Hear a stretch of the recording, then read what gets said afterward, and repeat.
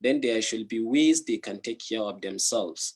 And Bolaji made mention of the issue of the cell phones, that is the gadgets in which they can use in making communications, especially at that particular point in time or immediately after the incident has happened. Yeah, it's very important.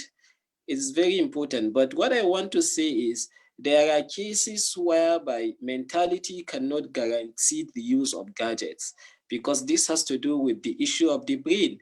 If the brain can easily accommodate the use of gadgets, then I see no reason why the brain cannot tell in the court of law who really the perpetrator, who really the arbitrator was.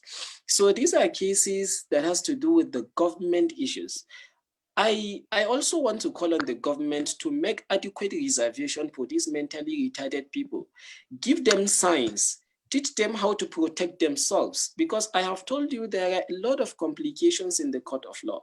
Complications in the sense that we find it very hard to make adequate findings and also to provide the real victim, the real accused person in this particular scenario. Because if the victim cannot tell, if the victim cannot testify before the court that this is the real person that has done this, or this is the real person that has molested her, or any of such kinds of harassment, then there is a crisis. Crisis in the sense that these particular arbitrators will, these particular people will go away with it every time they try. And you see, in the issues of punishments, we all know that the section provided that a person found guilty for the commission of rape should be sentenced to at least not less than 7 years imprisonment, because it is a direct felony offense, it's a felonious offense.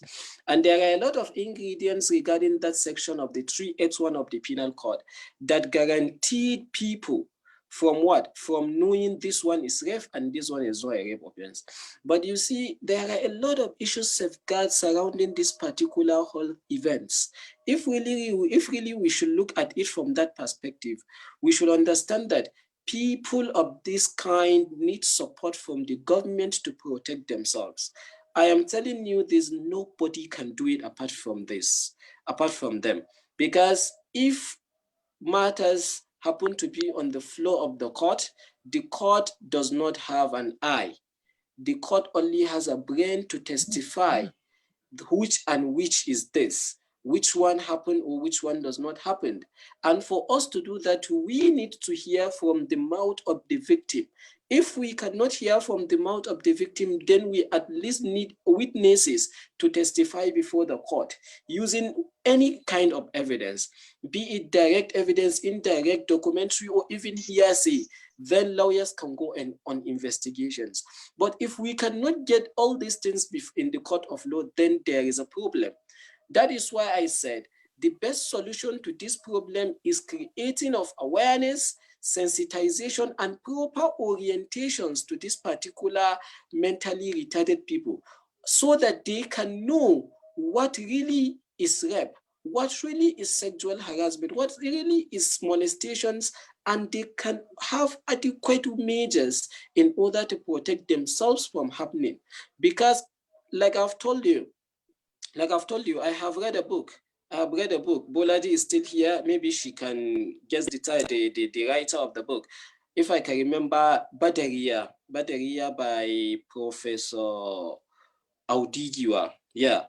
In Badaria, it was even her uncle that had been sleeping with her because she happens to be mentally retarded, just because he wanted to secure something in the future, just because he was told to go for it.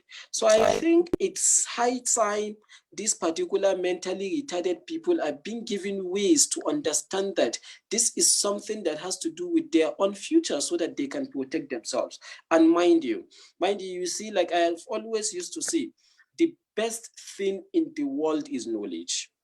Even the mentally retarded people are not too weak to understand at least this particular issue. And this is what we call knowledge. If the government can take proper care about their own learning, there are ways they can learn. And even if they do not understand what that issue is, they can still go on and on to protect themselves. So this is all I have to say. Thank you. Oh, Salim, sorry, I'm having very, very poor reception network issues. But I'd love to ask, what do we really do if the person is denying, the person now, the rape victim, is just denying that, okay, I wasn't raped.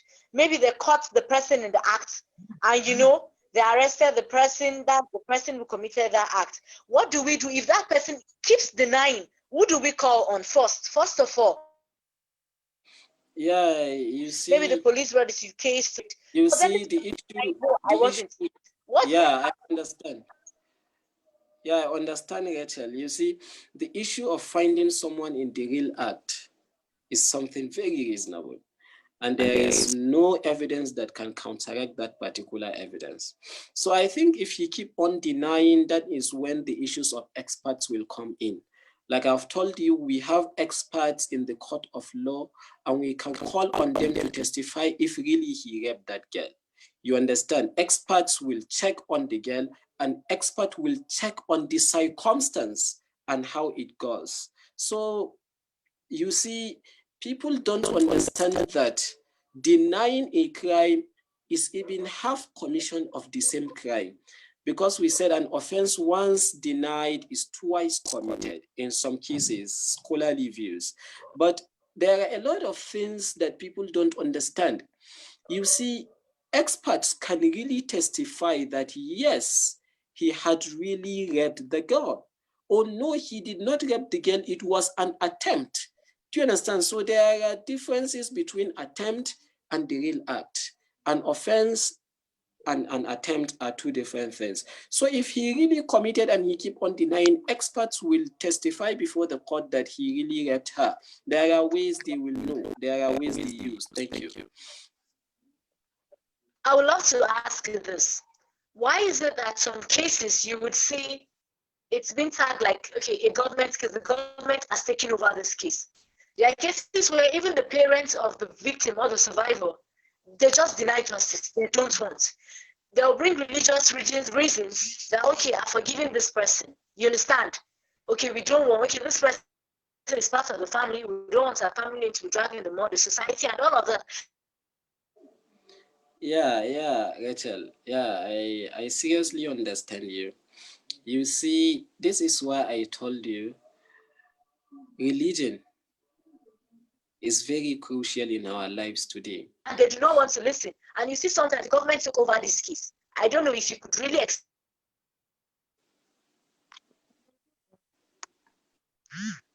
explain that.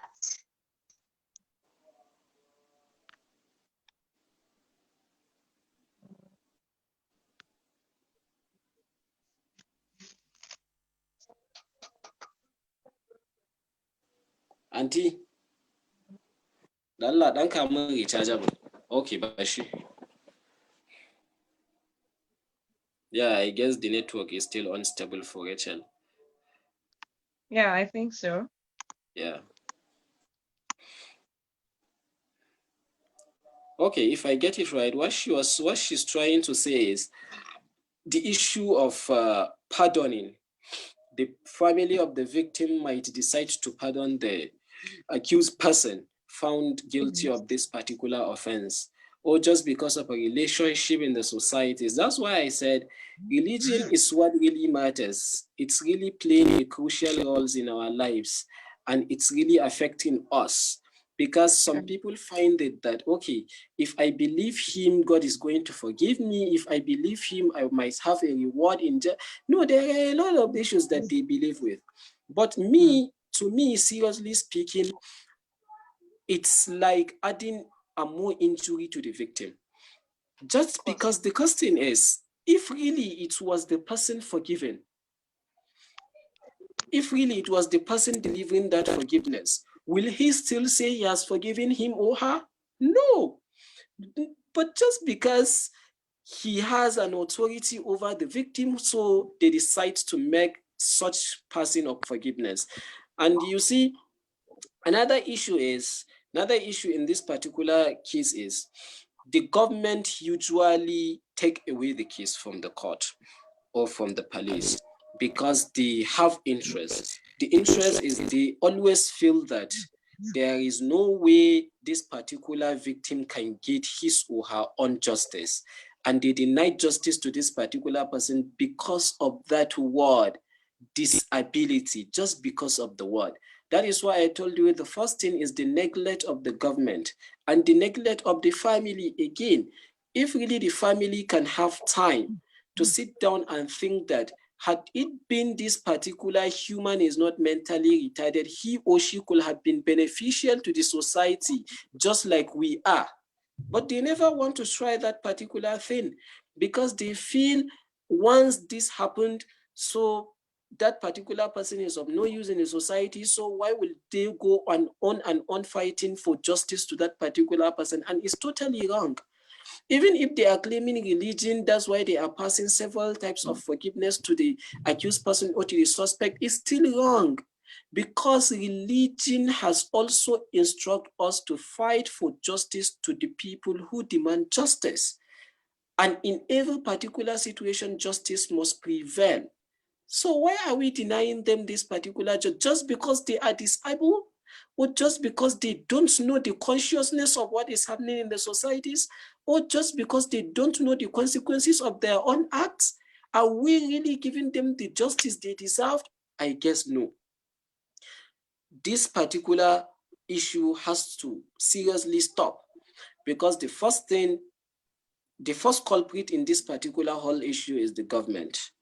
And the second person is what? Is the family. The family really needs to try as much as they can to secure justice for their own victim. And the government should also try as much as they can to understand that just because you are disabled does not mean you don't have a life, does not mean you don't have a future, and does not mean you don't have a legal authority to fight for your rights in the court of law. This is all I have to say. Is Rachel back? Yes, Barrister Salim, can you get me? Yeah. All right, that's fine. I really love that clear explanation, from a lawyer and involved in tackling these, some organizations, CSOs, and all of that. But now, Shay, this is for you. Where does the media come in? Or how do the media come in? At what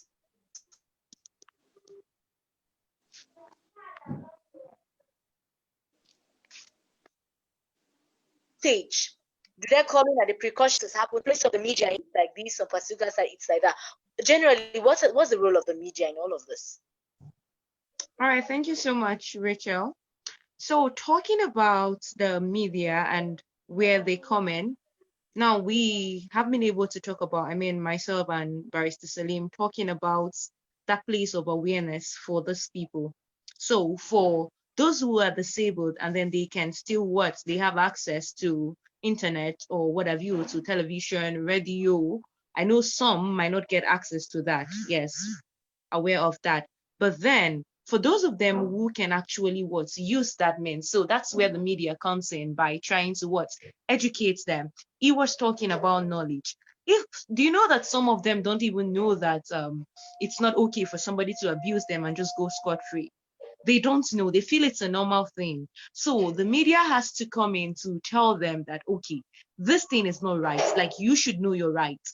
If someone does this thing to you, then the person has violated your rights, and then you should report the person to the appropriate authority. That person should be sanctioned for that. It's truly important. But you find out that the media, yes, the media is trying, but then we need to do more in that aspect by trying to educate these people, letting them know that this thing, okay, it's not what should be practiced, or other people doing this to them is not right, and they must also learn to speak out when people do this to them. Then another thing, or another place where the media comes in, is educating people in the society not to take advantage of people with disabilities, because they need to know the implication that this is totally wrong.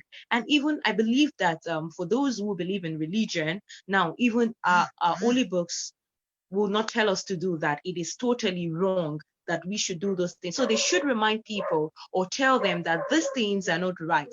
They should not try it at all. If you have to do that with somebody, you can go meet someone else and then seek consent. It is very important. So when the media is actually educating people, letting them know that this thing is wrong, we will see that this will actually reduce. So it's a two-way thing for the media. You try to educate those with disability, and you also educate the society and tell them the implication of this, why this is wrong. And then you tell the people who are disabled that whenever this, if at all, that is done to them, they should know that they have to report to the appropriate authority. Their voices should also be heard, that they are disabled doesn't make them less human. I say to people that no matter where we are, no matter who we are, no matter the condition, we are all humans, and so that makes us the same. I believe there is Barrister Salim. I'm sorry, I am trying to get into your field now. Equality before the law. We're all equal, right? When it comes to that. And it reminds me of when I did a course in human rights, and when we had to talk about these things. Now, people have got rights, so they must not be deprived of their rights. So again, the media has to come in for both people, the society, and then people who are disabled. What do? You try to give them the orientation for those who are disabled. When someone does this to you, report. It is not good. It has to do with your future. It has to do with your life. You should not be allowed to You should not allow that to go like that. You must report. And to the society, it's not good. It's bad. You shouldn't do this to them. It's completely wrong. So I think that's where the media comes in now, in the form of trying to make awareness, yes, or giving that publicity and telling people what is right and what is wrong. Thank you, Rachel. Bolaji, and you can see, in addition to just what you said, you see the media also needs to understand that after the event or after such particular incident, they should also broadcast and rebroadcast so that it should get to every angle, seeking justice to that particular victim. Exactly. That's another one. True. You see, another thing, another way that we are forgetting to do this is that now when there is a case like this, or there's an issue and this person has been reported to the court of law, and then it has been approved or said in the court of law that this person is guilty. Now the media has the work to come and tell the society that so and so person was found guilty, so that people know that this thing is wrong. Oh, somebody did this and the person has been punished. So the media also has to show people that this is wrong by trying to report the cases after it has been treated in court, and then we know that this is what it led to. This is the punishment for offenders. With that, people will have let me use more sense. Yeah, because it's going to serve as a difference too. Yeah, exactly. And you see, I also urge to call the attention of our churches and mosques, because seriously speaking, sometimes the parents also give us a lot of headaches, because you will go away fighting for them, fighting for the justice of that victim, and the parent will just come and tell you, no, seriously speaking, I have forgiven that person, he's my neighbor, there is nothing we can do. You understand that sort of thing. So I think the churches and the mosques should call the attention of our parents that it is very important when such thing happen, they should also remove their hands and allow justice to prevail. Because denying justice to these particular people is like denying justice to the whole world, because they are also humans. They are not just mere people who happens to live by mere coincidence. They were also, and then injustice to one is injustice to everyone. Yes, justice to everyone. So we need to seriously caution them about this particular event. And one thing I notice is that one of the problems that always come in this particular ways is the issue of knowledge.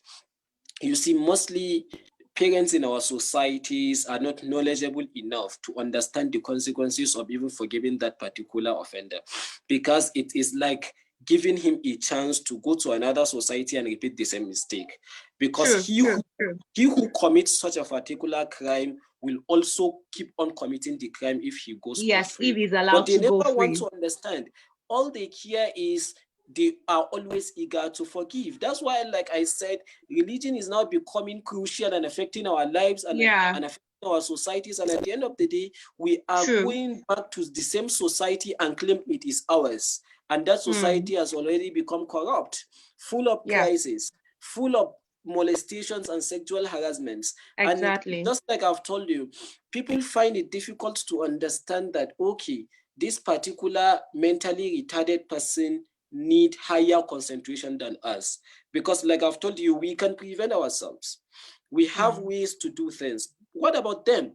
I think the cares they need is even higher than the cares we need. So it's very important for the parents to understand that when it comes to this issue, they should give law a chance to play its role so that justice shall prevail in this whole particular issue. Thank you. Truly, it's important. Yeah. Sorry, just to bring to our notice, we're going to end this program. The program ends automatically by 8:30. I'm so sorry. That's because we went live on Facebook 30 minutes late. So we're still going to continue. Even if I have network hitch, we're just going to manage up like that. And just to tell, I guess it's been Bolaji Sheyi, a writer, a journalist, and a girl child advocate activist. And then we have Barrister Salim. He's been really giving us some, all those terms now. So he's been really doing well. I love to. And then Barrister, the way we see them, they are so brave and wild. We think they have a wider scope. There are some issues in them that are just so serious. Okay, what happens when, generally now, a rape. Yeah, the network is bad. Yeah, the network. Why do this? I've seen reasons why when the parents will say, an underage child, but the parents will say, just because this, are you getting me? Are you getting me? The line is breaking, Hello. Rachel. Yeah, the network.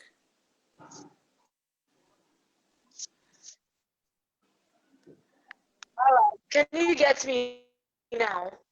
What happens when, not to talk of a person with disability, that automatically the man does not love, but just because he took advantage of this person and he has money,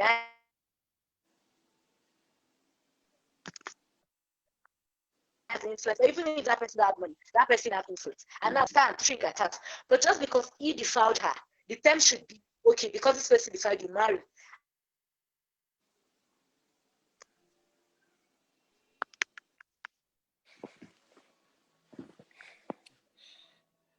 She still have a bad network here. Yeah. Yes. And secondly, what else I notice is interfering in cases. Yes, how do you handle such case? How do you come in? Who do you involve? And you're very sure that this is really what happened. And that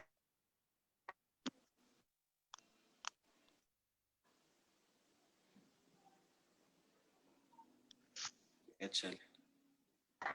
victim also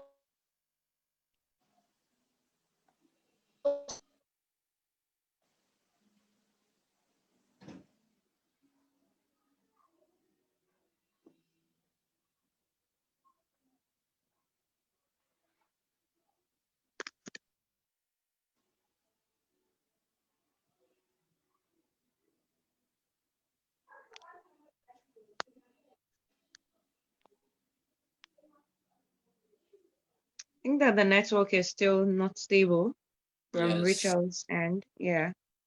So we didn't get the question. The last question she was trying to ask. Clearly, yes, exactly.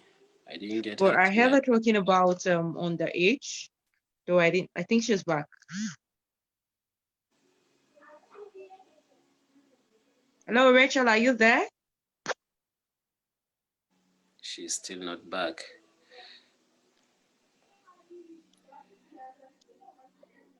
The network is still bad. Yeah, I heard her talking about the issues of underage and the issues of the way cases can be. Yeah. Yes. You see, mentally retarded people and underage are sometimes treated the same thing in the court of law, because we don't normally accept evidence from a person who is Dolika Pax, meaning someone who does not know the consequences of his own acts. We don't normally accept evidence from that person in the court of law, but rather we corroborate another person's evidence attached to his own evidence so that we can find the real victim of the case. because we believe that the person cannot testify truly on how and what happened. So therefore, it all depends on how the case happened and how it was reported. If it was reported by someone who has seen directly as the incident was going on, then we can go on investigating on how it happens. Or if it was really a documentary evidence on how it happened, we can also go on our own findings. That is why I said it depends on the kind of evidence. Because there was a case, if I can remember, it was the mother that reported the uncle for raping a girl of just 5 years. And when she reported the case, we found out that, yeah, it was a form of suspicion because he has been calling the girl to his room, asking her to undress, giving her some kind of money, and the girl does not have enough mental capacity to understand what he was trying to do. So I think the mother just caught them in that particular incident exactly, and she reported. Now, when he was arrested for questioning and interrogation by the police, he said, yeah, he truly asked her to come to his room and he asked her to undress, but he claimed that he did not rape her. The claim was he did not do it. And we asked, who gave her money? They said, yes, I gave her 50 naira after telling her to undress. But that is not enough to prove him guilty. That's not enough to prove him as an offender. He was just a suspect at that moment. Now, when the case was being taken to court at that moment, at that period, we have nothing to do with the girl. Because I've told you the girl is a Dolly Incapax because she doesn't have the mental capacity to understand if really it was something of that nature. Because even if she can testify it was him, what we want is, does the act happen? Do you understand? Because I've told you there are differences between attempts and the real act. So these are some issues. Then at that moment, the woman confessed that this is the situation she found both of them. She found him on top of the girl while the girl was undressed. And the issue of expertise come in. We call on experts. They supervised the girl thoroughly. The medical doctor reported to us that there was an attempt of penetration, but the girl was not really raped. And that was how the court sentenced that particular uncle. So you see, the issue of underage is just like the issue of mentally retarded people. It's just the issue of testimony. Both of them does not have the ability to testify before the court. They only have the ability to tell who and when. But testimony depends on narrating the whole scenario, how it started and how it happened. So these are a lot of issues that people should try to understand as far as court cases are concerned regarding the issues of rape and other sexual harassments. But had it been it was a woman who is Dolika Parks, who knew the consequences of her own acts, who has the mental capacity to understand reasons and who have the mental capacity to know what it is, then we can call on her to testify how he did it. If he was not the one, she will really say he was not the one. But in this case, since he's underage, it is the mother that testified the situation she got them from, and it is the mother that testified to the court how it happened. So this was all it happened. And sometimes you see the issue of testimony. An underage girl cannot really testify before the court because she cannot speak to us.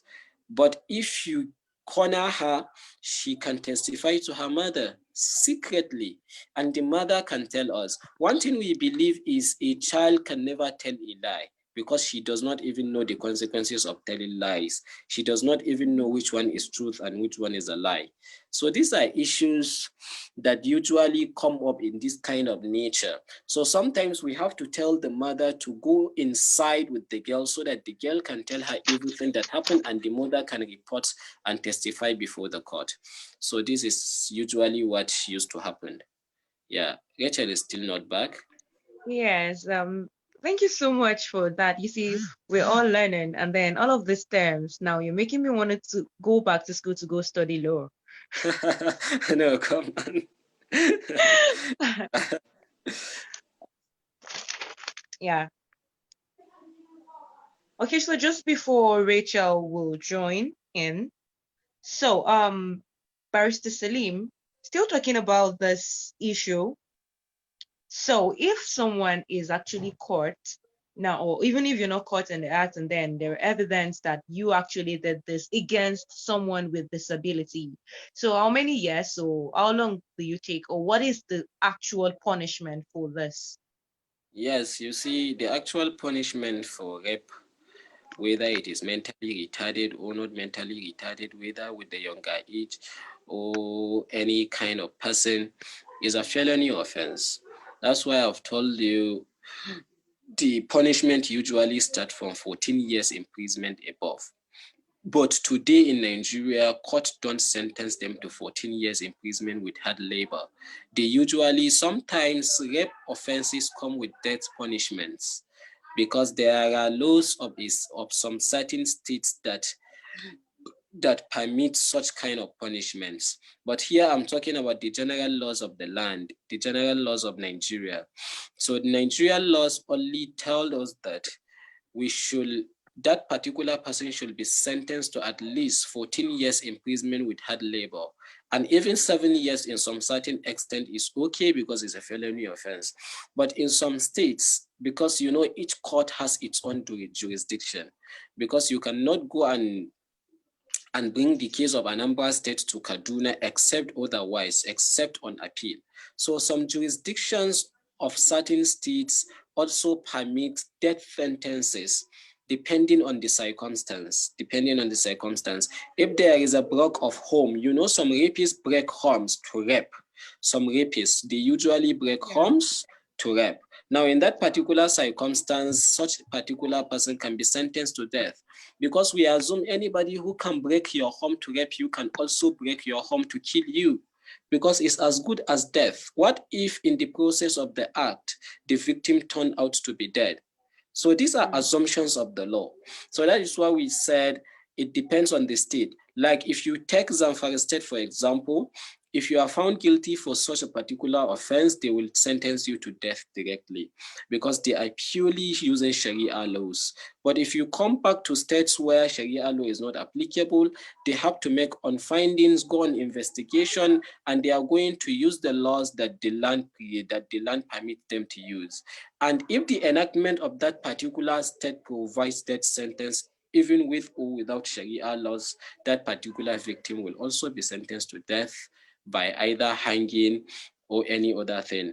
And there are cases where rape issues are punished by life imprisonment if the victim turned out to be in a serious condition that either the expert or medical expert has reported to us that that particular victim can no longer conceive, or that particular victim ovary has been damaged and she has to undergo surgery, or a lot of genital organs have been destroyed during the rape.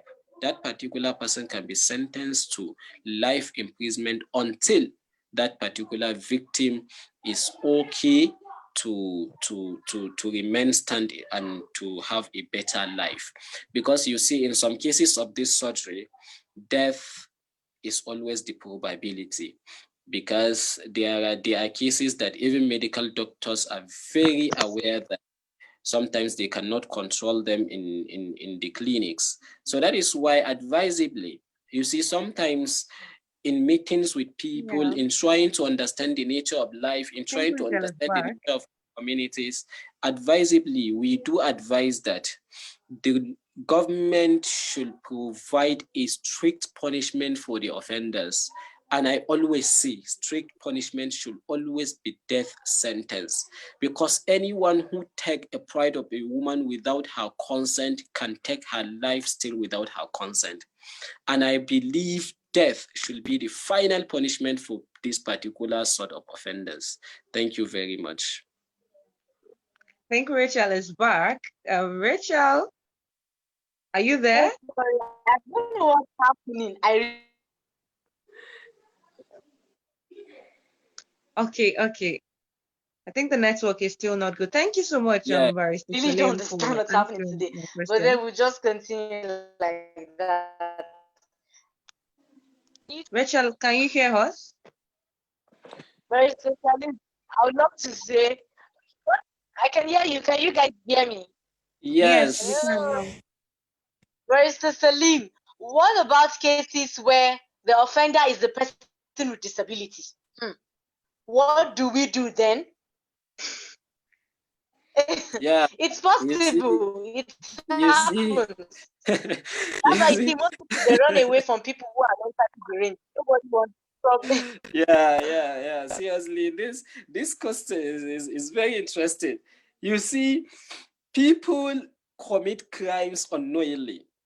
That is why we said actus non facit reum, nisi mensit rea, that a person is not guilty of any crime, that an act is not an offense until the mind of that act has given that intention to commit that crime.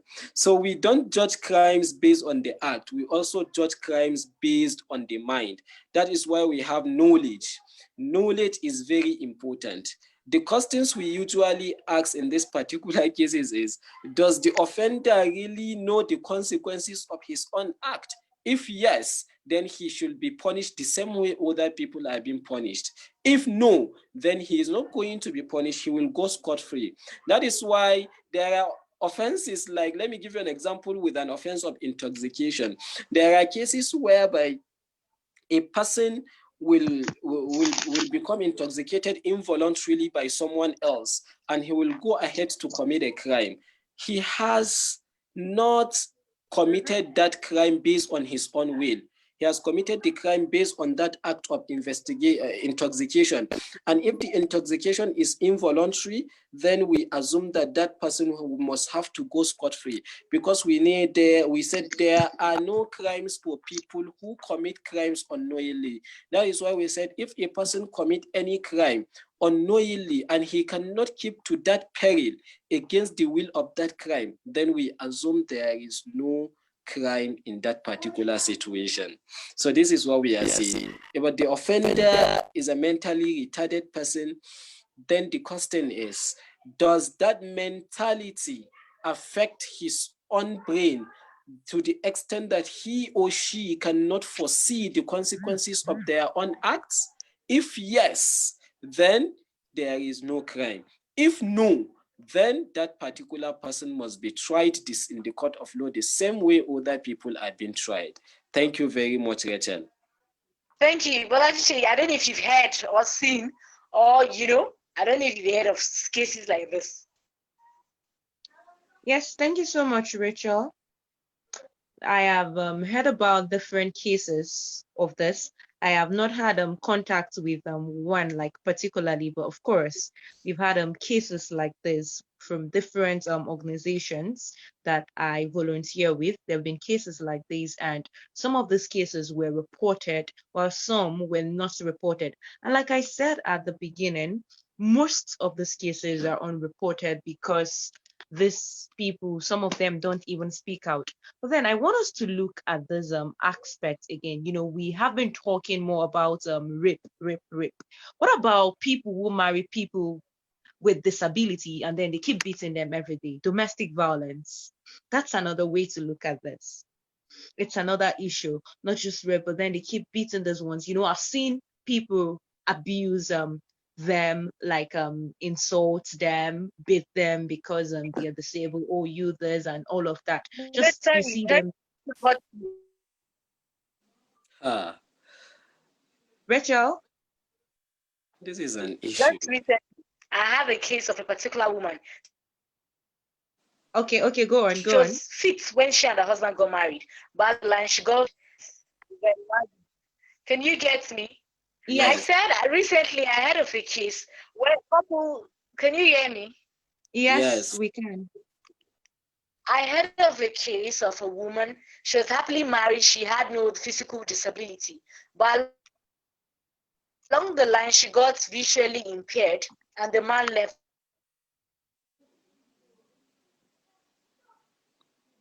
her. Rachel, are you still there? Yeah, the network is still unstable So for you her. can imagine that kind of thing. Yeah, get me. Yeah, Hello? we Yes, we can now. I said there was a situation of a woman who was married with no physical disability. She was living fine, but along the line she got visually impaired, and the husband had to run away. He had to leave her.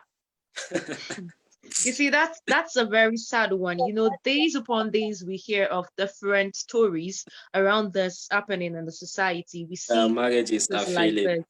Yes, marriages failing, Marriages are domestic failing. We violence. no You know, you longer got regard in them.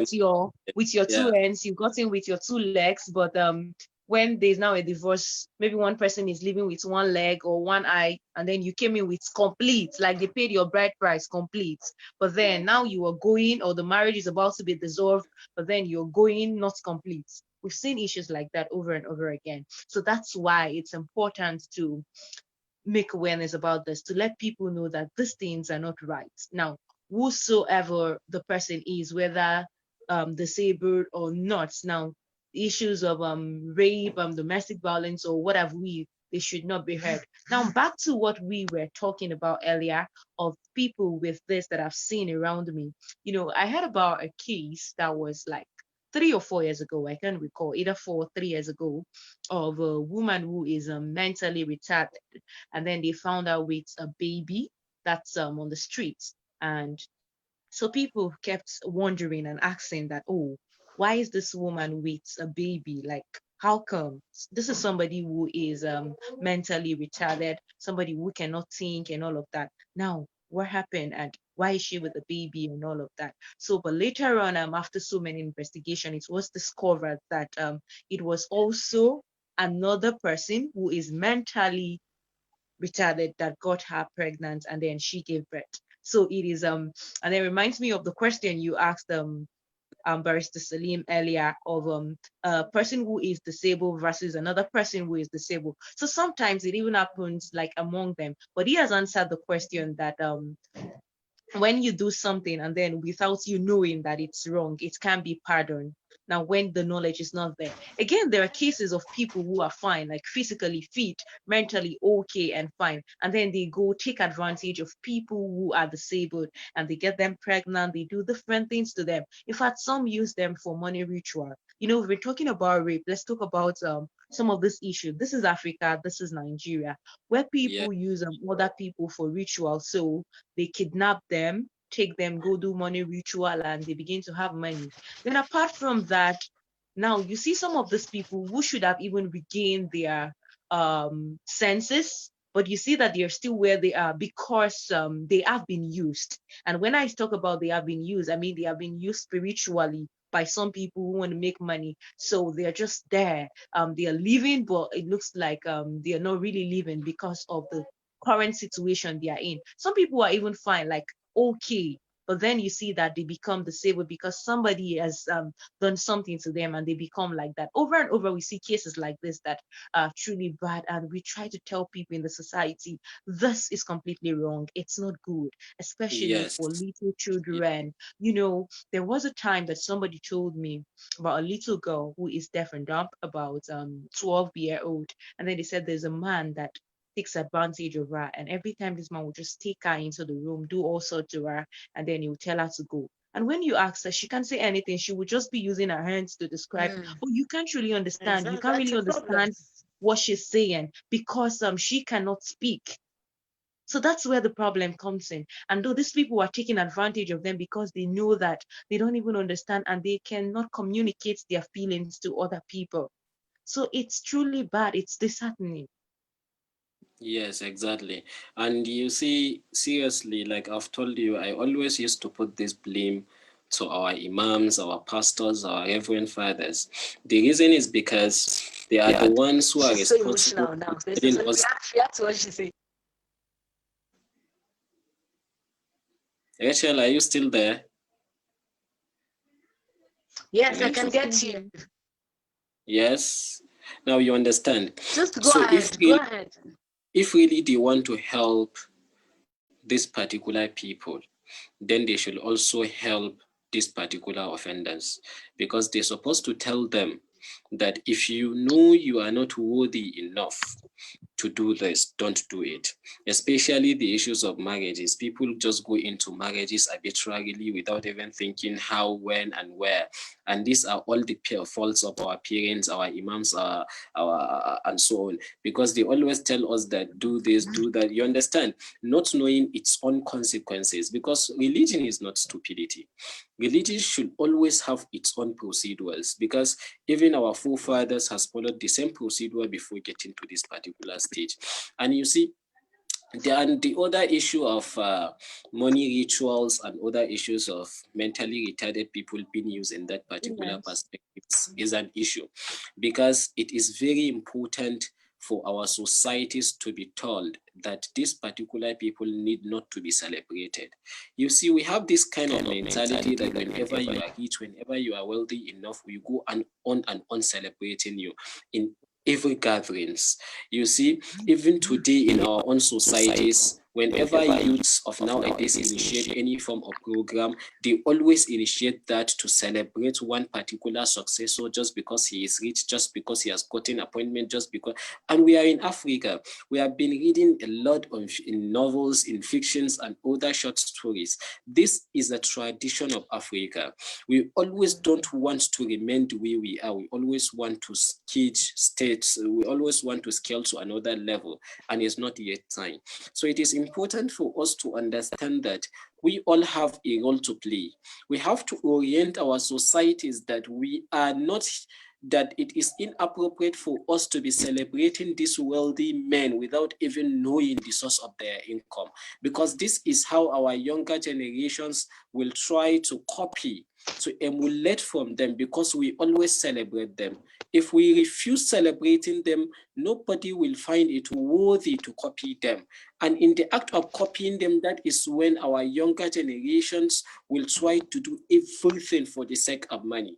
You see, the issues of raping mentally retarded people are all such particular examples. So we really need to at least be at the level that every other person will know that we are having a better society different from the ones we have before. And this is just one of the ways. This is just one of the ways. And you see, the issue of men and women is very important too.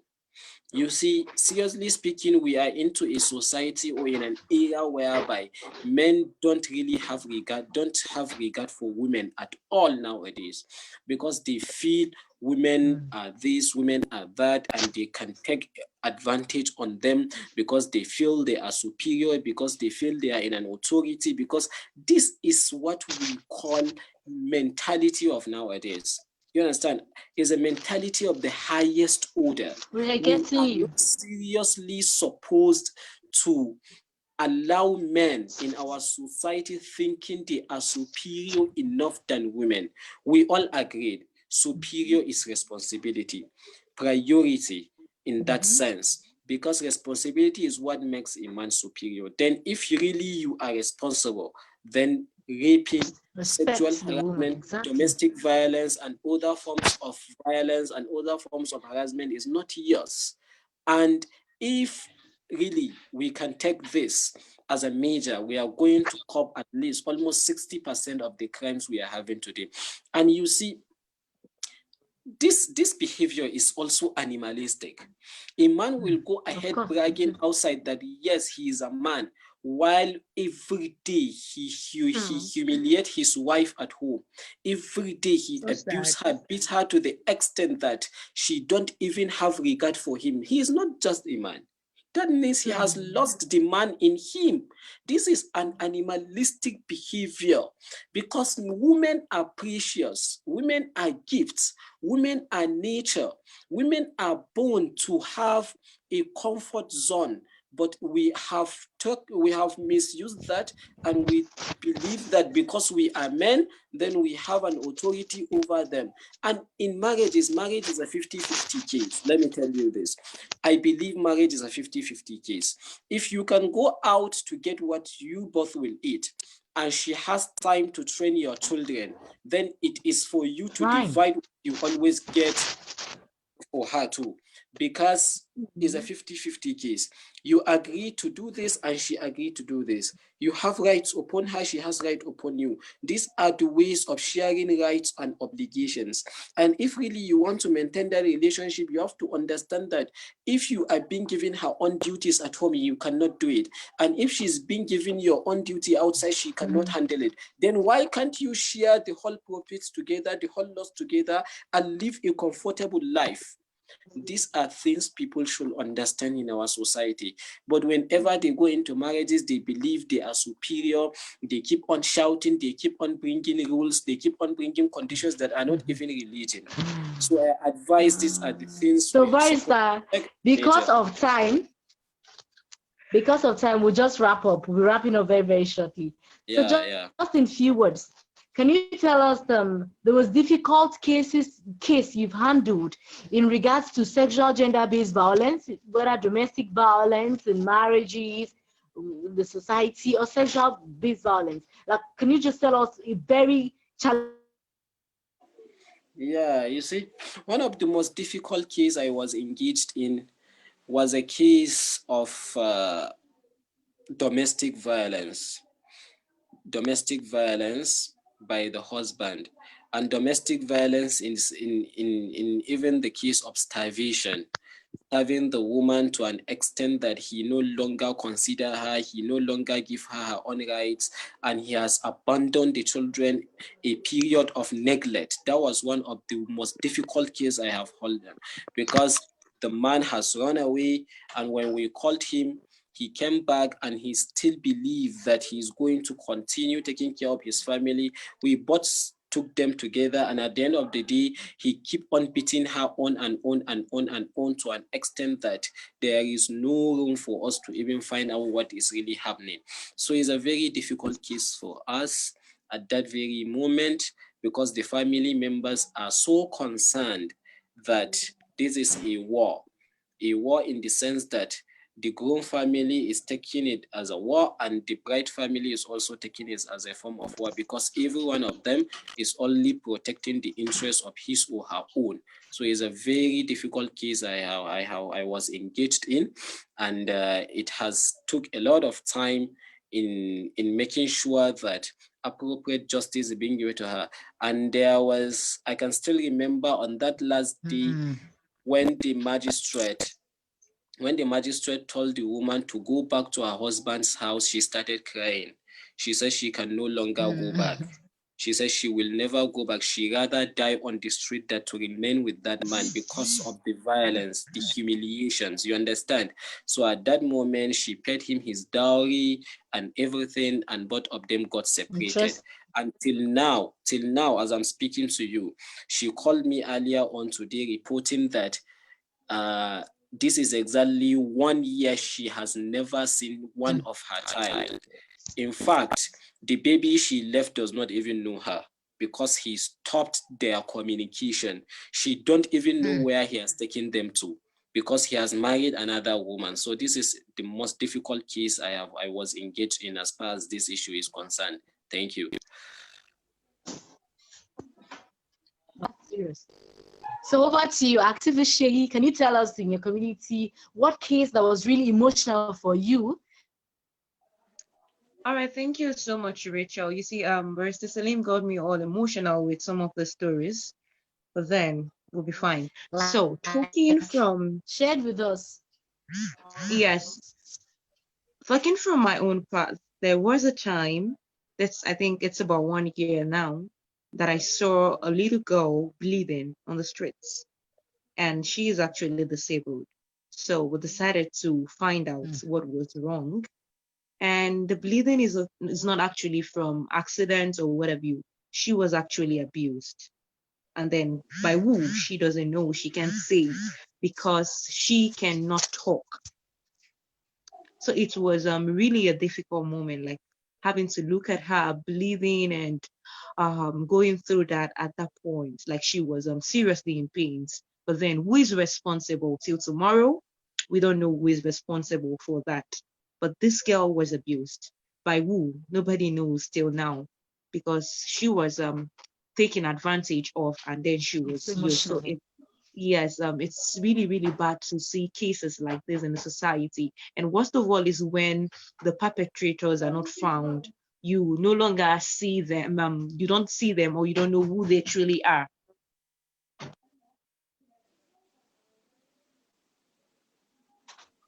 Yes.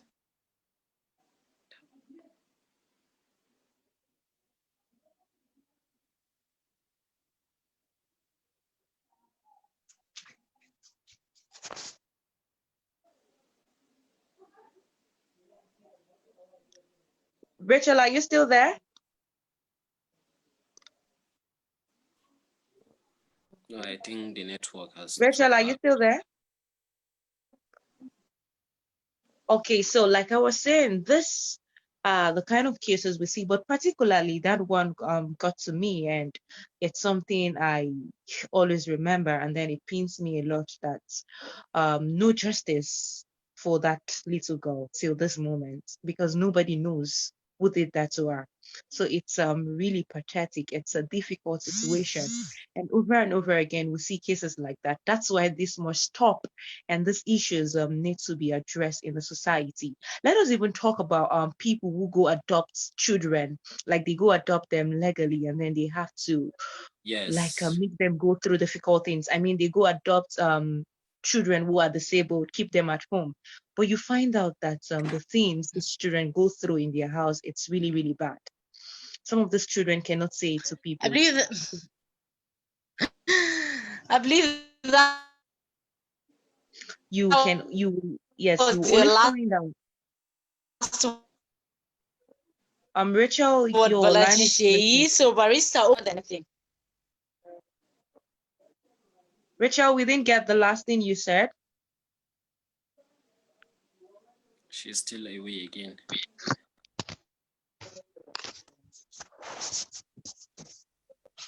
See, seriously, that was why I can remember Yes. I advised one of the orphanage house here in Zaria Yes. that The one at whenever they Tukur. give, yes, whenever they give away any child for Yes, adoption, they have a time to be visiting that child time to time, because exactly. It's at the end of important. the day, Yes. some of them even sell the children away.